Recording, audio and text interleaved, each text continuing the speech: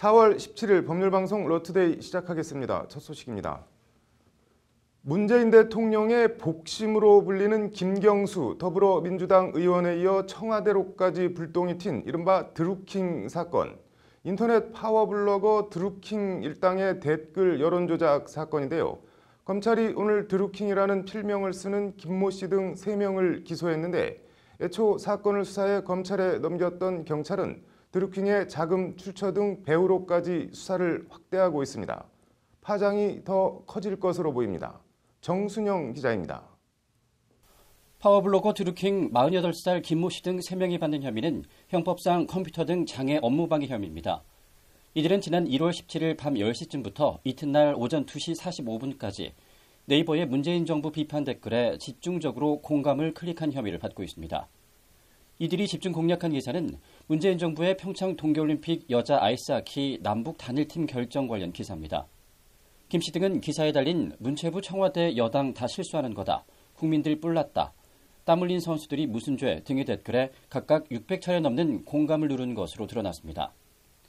이들은 네이버 아이디 614개를 동원해 같은 작업을 단시간에 반복하는 매크로 프로그램을 이용해 클릭을 조작한 것으로 나타났습니다. 김 씨 등 2명은 민주당원으로 그간 인터넷에서 친여성향의 활동을 주로 해왔습니다. 검찰은 이들이 대선 뒤 문재인 대통령의 복심 김경수 의원에 오사카 총영사 등 보상 차원의 인사청탁을 했다가 거부당한 데 앙심을 품고 댓글 여론 조작을 벌인 걸로 보고 있습니다. 앞서 김 씨 등을 구속 수사한 서울지방경찰청은 오늘 수사팀을 기존 2개 팀에서 5개 팀으로 확대해 자금 출처와 추가 범행 여부 등을 철저히 수사하겠다고 밝혔습니다. 서울청은 이를 위해 기존 사이버 수사 2개 팀 외에 세무, 회계 전문가가 포진한 서울청 지능범죄수사대 범죄수익추적수사팀 등을 새로 투입했습니다.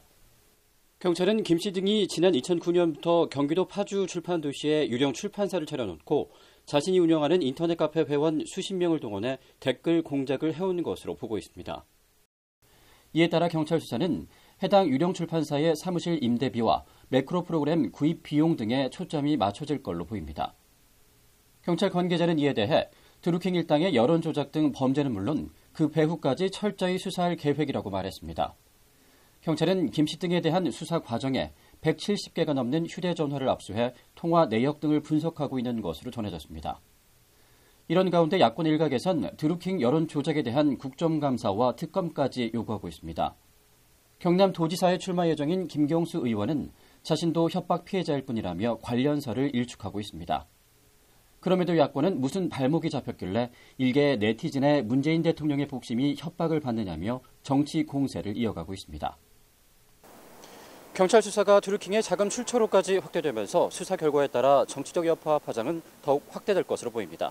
법률방송 정순영입니다.